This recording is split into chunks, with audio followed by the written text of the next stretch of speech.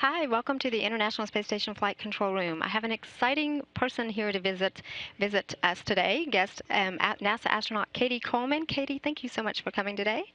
I'm happy to be here. So we're having all kinds of great stuff happening aboard the International Space Station. I'm so glad that you came here. First, Cady she was the Expedition 2627 flight engineer aboard the International Space Station. She is a veteran of 3 space flights, so 2 of which were aboard the Space Shuttle STS-73 and STS-93.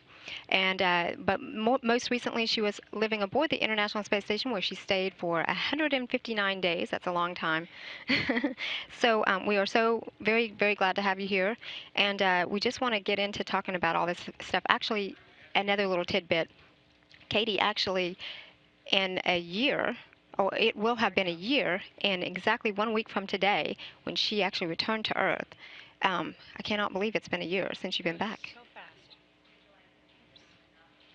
It goes so fast once you get back. It's amazing to me as well, and it's really just neat to see docking and to remember back to, just a year and a half ago arriving at the station. Wow. And it's so exciting to see, just to be able to see the crew members who are aboard the station and being able to see those visitors come on board. And now I know you actually docked and joined a crew that was there, but at the time that you were there, you also received visitors on 2 shuttle visits that came up there. So tell me first, what is that like to dock and join the crew, but also to receive visitors? What is that like as a crew member aboard the space station?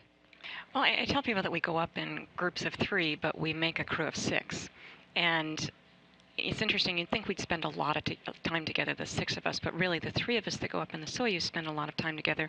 And we do, the emergency practicing and all that kind of stuff with the other folks that we're going to join on board. But in some cases, especially with the Russian crew members, we don't know them really quite as well.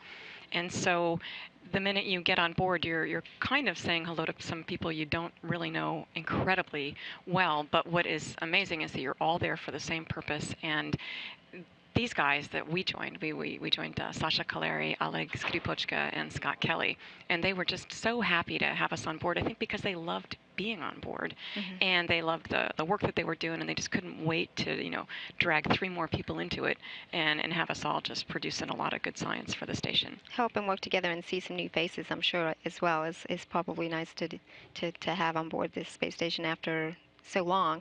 And I guess, while you didn't know each other as well throughout the training process and beforehand, but once you get there, I'm sure you get to know each other a little better, living there aboard the space station together. It's really true, and I think being on the station at all is such an amazing experience. And in fact, after, 159 days, I really would have stayed another 6 months in a minute. I mean, I did want to come home eventually, but it never gets old there. It's never boring. You're always busy, and it's an amazing place. And I'm always driven to share that, and I think all of us are. And when a new crew comes aboard, it's this great opportunity to say, look at this, and look at this, and can you believe we get to do this? I mean, it's just, it's really pretty neat. I remember the night that we actually docked. I mean, we have a lot of simulators here at NASA, and they all simulate the space station in certain ways, but not exactly visually. And I was focusing as we docked on the camera, on the screens that give all the data about how the docking is going. And in the simulator, I'd never think to look out the window, because what am I going to see? Some fake space station out there. So when I looked over and saw the actual space station, and it's just so clear and crisp because there's no atmosphere in between your window and the space station, I was so excited, and we just could barely wait through all the leak checks to get the hatches open and then come inside. Well, that makes me think of something too. So you're talking about the end of that 2-day journey, but there is a 2-day journey from the time that you launched, just as there was for Padaka, Revan, and Akaba. They launched Monday night, Monday night, and then docked to the station late last night. So tell me a little about that journey. What is that like? Because it's literally 2 days. What are you doing? You're in very close quarters aboard the Soyuz, and you're just orbiting until you get to the space station. So I can imagine getting there is pretty exciting for you guys, but what are you doing during that 2-day journey? Well, there's always more room than you would think. As soon as you hit 0 gravity, which is 8.5 minutes after launch, then everything, including you, is floating around if you're not strapped in, which we do start off that way. And we have a little compartment that has, basically a lot of cargo strapped to it, but it's about as sort of big as this little area right around, sort of in a VW bug-sized area right around us. So there is some room there. So we don't really feel crowded, and it's more, we waited so long to go to space, and then there we are in this tiny little capsule, just the three of us, Dimitri, Palinespoli, and I. And it's really an incredible view. I mean, it's spinning a little bit, so it's sort of rotating, and you're looking at the Earth, and the Earth is coming into view and going out, and coming into view and going out. And I found it to be actually amazingly intimate, really. I mean, in a space shuttle, it's just such a big vehicle. There's a lot between you and space, whereas in the Soyuz, when it's just the three of you, I really found this very special experience just to be able to kind of, as a human, look out and realize that I was in a very special place. And Yeah. I had some time to relax before it was time to get to work on the station. Yeah, well, that's very interesting because I would just think I would go out of my mind being that close. But it's nice to know that at least you have that a little bit of space, so it's not quite as cramped. It's not what we see, at on the launch video when we see on the inside everyone in the right seat, the center seat, and the left seat. You're not like that the entire time. So it's good to know that you have a little bit of mobility. We definitely do. And we have actually all the amenities as well. We have a bathroom, works fine, and there's enough room that two people could go downstairs into the Soyuz where, well, if you need some privacy. We have food. We've got a window. And we've got just, I don't know, we had some cameras to be able to take some pictures, and even just a little bit of sort of studying what is our cargo, where is it, how are we going to unpack it, and a little sleeping too. I think that time before launch is pretty long. Yeah. And just tiring. And so we caught up on our sleep. Everybody on our crew felt actually just great.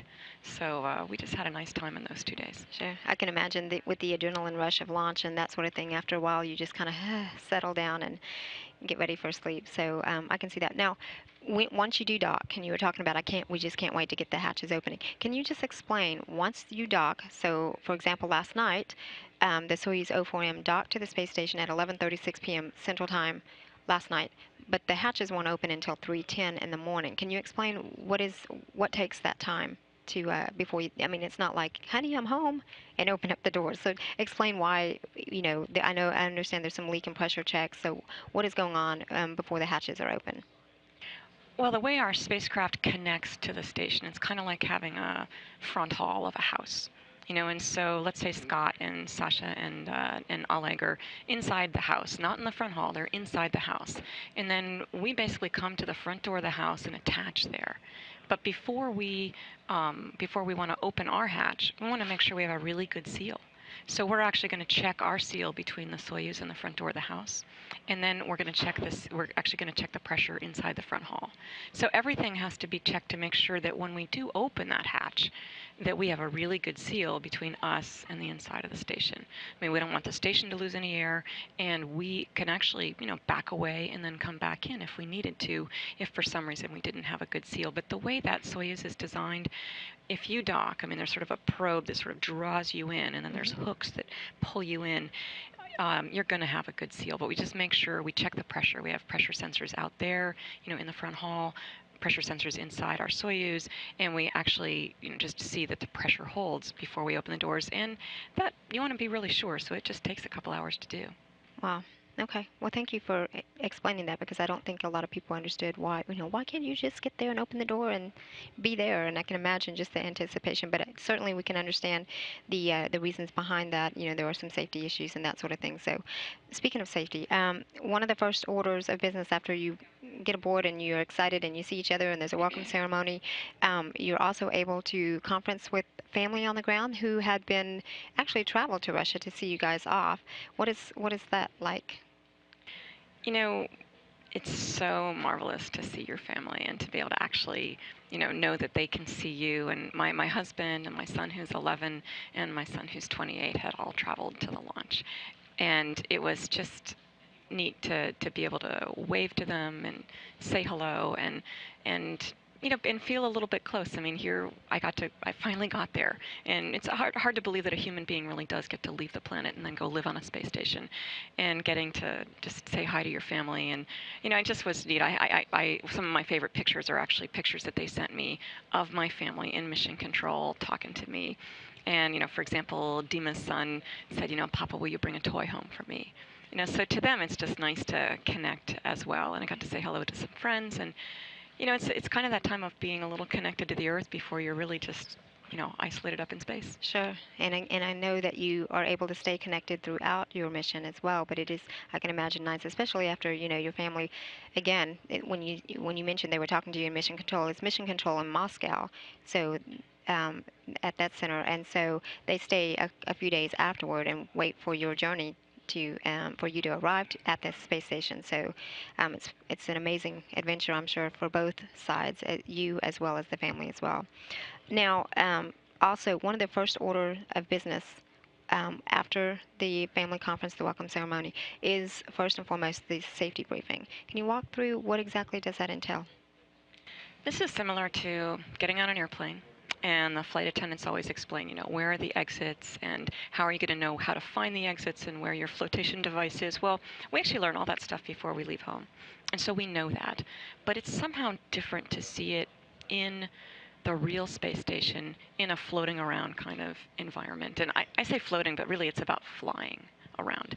And for example, when we do simulations, which we do really a lot of emergency simulations, there are in the ceiling, so to speak, of the Japanese module, that's where one of the fire extinguishers is. Well, in a practical sense, here on the ground, I'm not tall enough to reach up and get that, and that fire extinguisher is going to be heavy. So in a simulation, it's just going to be, on the floor or next to where the real place is. And when I say I'm going to go get that fire extinguisher, what I do is I go up and I tap that panel, and then I get it from the real place. But it's still not the same as really seeing where everything is. And it's literally a tour of the fire extinguishers, of the extra oxygen masks, of where the computers really are. Even though we actually know it intellectually, it's important to really experience that. And that's why, we don't just say we're going to have a fire drill in an elementary school. We actually have fire drills so the kids can really practice. You can really do it. And we do those kinds of exercises on board as well while we're up there to make those kinds of things real to us in case we need to do them. Sure. Now, also, so today, the Padaka, Revan, and Akaba are going through some familiarization tasks. So can you explain exactly, the adjusting to gravity, what is exactly are they doing to familiarize themselves? Well, my first, recollection is actually Scott Kelly was our, guy who was already on board, and then together we became the three USOS, United States Operating System, or segment crew members. And Scott was just so excited to show us everything. He'd go, okay, so when you're going to do water sampling, okay, it's going to have, 3 pages of directions. But really the important things to notice are, is this thing plugged in? And make sure you see this before you turn it on. And, but of course, we're going to start with the real players. We're going to start with the bathroom. And so we had a bathroom tour. It all works pretty well. But again, we've trained here on the ground, and this bathroom is an engineering system, right? But it just helps to have somebody show you in real life, this is how it works. This is the noises it makes sometimes. Don't worry about that noise. Do worry about this noise. We're up there together, and these systems are really important. So, we're pretty candid about these things. And, Scott would say, listen, if you ever see, this or this, I don't care if I'm asleep. You wake me up, and we'll solve that problem together. We'll talk to the ground. But don't be shy about it. So, we're establishing those kinds of relationships in real life, and also just a tour. Sure. We're seeing the exercise equipment. We're seeing the cupola. We're making sure we understand how to open and shut the windows, how they really feel, what's all the way closed, what's all the way open. A lot of very practical kinds of Well, things. and I can imagine even, the tour is kind of beneficial, especially for someone like you, because you weren't there. You had been there before, and it looked very, very different when you came back, when you returned. And so there were some new things aboard the space station. You want to talk about what was new when you got there? Well, for me, it was actually all new in that my particular missions that I had been on, I had never been to the Oh, that's station. right. You were I had a starting to dream laboratory then. mission, which was literally a mock-up of doing experiments. It Right. was our proving ground for a lot of experiments and how to do experiments up Right. there. And then we launched the Chandra. So I had never been to the station That's before. right. So it was all kind of new. So to me, just seeing it big and wonderful, and I tell kids it's like, 8 school buses all strung together in a line, or, one big long train of about 8 train cars. So it's actually pretty big. But, so I never felt closed in there. And it was also just nice to have my own little place there. I had my own cabin. And Scott was just really nice. it was kind of like going to visit somebody, and they haven't had company in a little while, and he's just all excited about having guests. And he made sure that our beds were ready and that all our stuff was lined up so we could find it. It was just really, really nice of him and pretty cute. So, well, let's talk about this. You were talking about having your beds ready in your little area. So I know also today, Akaba was setting up his crew quarters. I'm going to talk about the crew quarters because you do have a private space. Describe for us, if you will, just a little bit about the size of that space, what is in that space, what do you do in that space? Different folks are different. I think it depends how big they are. I can do everything and anything in my quarters, and even actually turn upside down if I'm curled up into a little ball. And there's times I like to sleep that way. So we have a sleeping bag that's kind of hanging on the wall. It's actually kind of tacked down in a couple places, and sometimes it's nice not to have it tacked down. And I would, wake up and look and see sort of a view and realize, oh, that's the bottom of the computer. I must be upside down. So in there, it's really our space. We, in general, have our own computer in there, so we can do email. We have an internet protocol phone. I could call my family every day, which I did, I think, except for about 3 days. And with the door shut, it's very soundproof. And for me as a person, that was important, in that you can have a conversation with somebody on the ground, can do a little venting, which I think is pretty healthy, and just have a conversation that is private and personal, as private and personal as any cell phone call, even down here on the earth. Sure. And I can imagine that personal private space is very important to have, while you're at, but just as it is for anyone here on Earth, we all need our space. So it's very nice to know that you guys have that area, aboard the space station. So you also, I understand, are able to set up a laptop computer and that sort of thing as well, in that crew quarters. So you can. Right, and probably when Joe arrived today, probably his computer is actually already all set there, and it already knows that it's going to be Joe's computer. There'll be a whole series of ways to attach stuff to the walls of the crew quarters, because that's the secret to being up there, is that everything is going to float around. And so we will maybe make like sort of a little lattice work of bungee cords that you can tuck things under, which is a little dangerous because when you pull something out, the rest of the bungee cord moves and something else will float out. But then we also have little Velcro patches, on the sides of the walls, so we can attach I would have like a little bag that would have, maybe my toiletries in there, just little, or notebooks. My notebook could stick to the wall. Try to put everything in the same place all the time so that you can always find it. And so Joe is making that place, just good for his stuff, and deciding, well, what things does he want to keep out towards the bathroom compartment, and what things does he want to keep there in his cabin. I usually would keep, a few, like a change of clothes in my cabin, my gym clothes, things like that. But then, the majority of my clothes, which are not too many, would be out in another place in the station. And then when I needed a new shirt, I'd go find one. But I didn't want to keep a lot of stuff in my cabin, or else it's just a mess. Sure. And so you mentioned not too many. So how often did you get to change your clothes? Or how long did you wear? Let's just say a shirt. How long would you wear a shirt? It depends. I mean, I like to wear different stuff different days. So we had, I think, 12 shirts for 6 months. And so I would actually get a few of them out and wear a couple of them. And so basically I'd have sort of like, 3 shirts that were, you could think of them as either clean or dirty, and wear those until you basically spilled something on them, which isn't going to happen like this way. It's going to happen when something just from somebody, even yourself, just sort of squirts towards you, and suddenly your shirt's got spots on it, and it's just not as nice. So we usually have about 1 pair of pants a month. It sounds terrible, like it's not very much and that we would all be smelly, but we weren't. I mean, it just somehow don't get as dirty up there, although we do a lot of exercise, and we have separate gym clothes, and we do change those, all the time. In fact, I was the exercise clothes police. I would go, boys, it's new gym clothes day. It's time.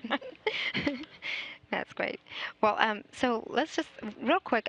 You asked, and I promised I would ask a question. So we're going to go, and we had polled Twitter for a few questions, and so I'm going to go ahead and ask one of those questions for them. The first question comes from Tyler Russell.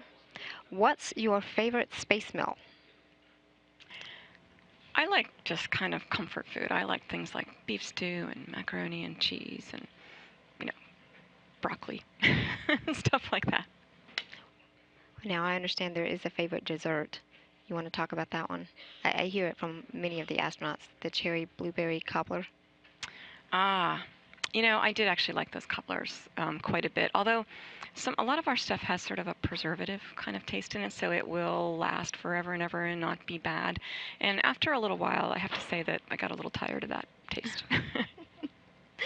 I can imagine. So let's go with the second question. This one comes from Harper Gardner. What is the best or the worst part of your week aboard the ISS? Well, the best is every single morning. You know, waking up. Our crew was kind of a late night crew, so we'd stay up late and then get up, right before the day started. So I would, set my alarm just a few minutes before our first daily conference, and I would have already read all the messages and things like that the night before, so I'd be ready. So I would just like wake up, fly down the lab, go brush my teeth and everything, and my commute was 5 minutes and really only 30 seconds. So I just loved waking up every morning just going, I am going to work and I am flying through the lab. So I really liked that part. The worst part is just that there's so much good work to do, and it takes a frustratingly long time to do that work, especially because everything is flying around and you can lose things. You have to be so careful not to lose things. And not losing things is stressful. I find it stressful down here on the Earth, and especially so up there. And just, there's so much good science work to do that if you could just do it faster, we'd be discovering more things. And so I just felt a pressure to be working a lot. Sure. So we talked about work, and you guys do have that red line that goes across the timeline, and you're constantly scheduled for every little thing. But let's talk about playtime or your spare time. And now I know one of the things that you are famous for, you are famous for this, was your flute playing there in space. And you actually, and I'll go ahead and pick this up, you actually brought one of your flutes with you. So talk to us a little about, I understand, I think you would spend time in the cupola and just explain where that is and what you would do, during your spare time. Well, this is my actual flute that went to space, at least most of it. The top part is actually, I took the top part, a mouthpiece that is sort of generic for any flute, and I took one that belonged to the flute company, and they have it in a flute mobile where basically beginning flute students around the country get to put that mouthpiece of that flute, which has been, I think, I don't know, 50, 60 million miles in their flute, and they get to play part of the flute that went to space. But the rest of it is mine. And I played in the cupola, which is right in the middle of the space station, for a couple reasons. First of all, the windows, the view, getting to look out at the same time that I'm playing music. And I generally don't really play alone down here on the Earth. I play with people. So I brought music of some of my favorite folks to play with down here, which actually include other astronauts that Dan Burbank just landed. Chris Hadfield is about to be up on the station next December. Mickey Pettit is our singer, and her husband Don is up on the space station right now. And Steve Robinson was on the mission that actually installed the cupola. So when I'm up there playing and I'm listening to our band rehearse and playing along, they're up there with me. It was also a place that was good to play because it was in the middle of the station and everybody sleeps at either end of the station, so I knew I wouldn't wake anybody up. That's great. It must be nice. So tell me real quick just a few things. I mean, aside from flute playing, what other things did you do? I actually saw a question on Twitter. I didn't bring that one here. I'll just throw it out there. But the question was, can you play tag on ISS? So I guess what they're asking, the question is really about your free time and how you interact with the others, as well. So explain some of that stuff. I mean, maybe, watching television or, dinner time or anything like that. Different crews are going to be different, and I'm convinced that we will have new microgravity games, that are invented because we're up there. We would do things like it's not about floating around, it's about flying, and so we'd have little contests to see who could go the furthest through the station without running into anything. In other words, have really good aim to be able to launch yourself, and that was pretty fun. Sitting around, we would actually do that, even though we sort of float around together, but it would get to be Friday evening, and you're really tired and kind of done thinking, and you've really been working really hard all week. And in general, we would kind of sit around and watch a movie together. It was something that our crew liked to do together. And then on Saturdays, we'd each kind of do our own thing, work our exercise in when we wanted to. A lot of corresponding with friends and family and trying to find ways to share. And I'd say you can never, do that quite enough. But it's never ever boring up there. No, and honestly, I followed your mission, and you did a lot of things, of those extra things, in trying to share that story, and I think that even with the stuff that you did, and sent down to us and let us know, this is what you guys are doing up there. And like you said, it never gets boring. There's just never there's never too much that you can share with us, because there are so many things. And even from my point of view, being here, there's always something that I learn every day about what it's like on the space station, and what not working and living, and that sort of thing. And I'm always surprised, because I'm thinking, wow, there's it doesn't get old, even from my standpoint. So I can't imagine being up there that it would get old for you. I'm going to go ahead and ask another Twitter question. So this third Twitter question comes from Dark Gengar. What one thing do you miss from Earth while living in space? I missed family. I got to talk to them every day, and every week we would have a video conference, and we would even just do things, my son and I, like read. I would read. I had some books electronically, which was really, really nice up there, and I would actually read to him. Not every day, but many days. And in some ways, it kind of gave us this sort of little emotional space to be together. Because, I don't know, you can only talk to your mom every day for so many days. Like, hi, how was your day? Oh, my day was fine. Even though I'm doing cool things and he's doing cool things, it's just not what an 11-year-old wants to do. And so by just reading together, we just kind of give ourselves a way to sort of be together. So I would do some of that. Yeah, that sounds great. So let's go ahead and ask the last uh, question from Twitter, and then we're going to be close to wrap-up time here on the today's ISS Update Hour. This question comes from Tara. Was it difficult to adjust to micro G and back to 1G? Which was harder? Well, it's funny you should ask, because I have this image now that Joe and Gennady and Sergey are up there, that at least for us when we were new, okay, you get up there and you're so excited to be floating around, but you're a little bit clumsy, because every little movement sends you sailing. And I have this image in my mind of, Scott was the guy who was already aboard, and Paolo and I would, want to come over and ask him something, and so we would, race over there, and it's kind of like having a new puppy, that just like crashes through the entire house, and things are falling off the walls, and Scott is catching things and putting things back on the walls, and then we land at his feet and look up at him like, isn't this great? And he's thinking, yeah, great, except I'm picking up after you guys. Here comes Cady. But it happens to everybody. There's a certain amount of time it takes to get used to flying around up there. Yeah. And so Joe and his crewmates, probably not Gennady. Gennady will just remember how to just sail this through. This is his fourth time to be there in space. And there is a certain memory, and that counts for coming home too. I'd say it's harder to get used to coming home, because you're just used to really gentle movements up in space, and then even walking is a pretty provocative movement. A lot of us are sick. I'll tell you, I was sick when I got home, but there's medicine that can help with that. And right away, within a couple hours, I felt just fine. But sure, it takes a while to walk a straight line, and as for walking a straight line with your eyes closed, that takes quite a few days. Wow. Well, great. Thank you so much for that. So we have time for one more question, and this is just my question.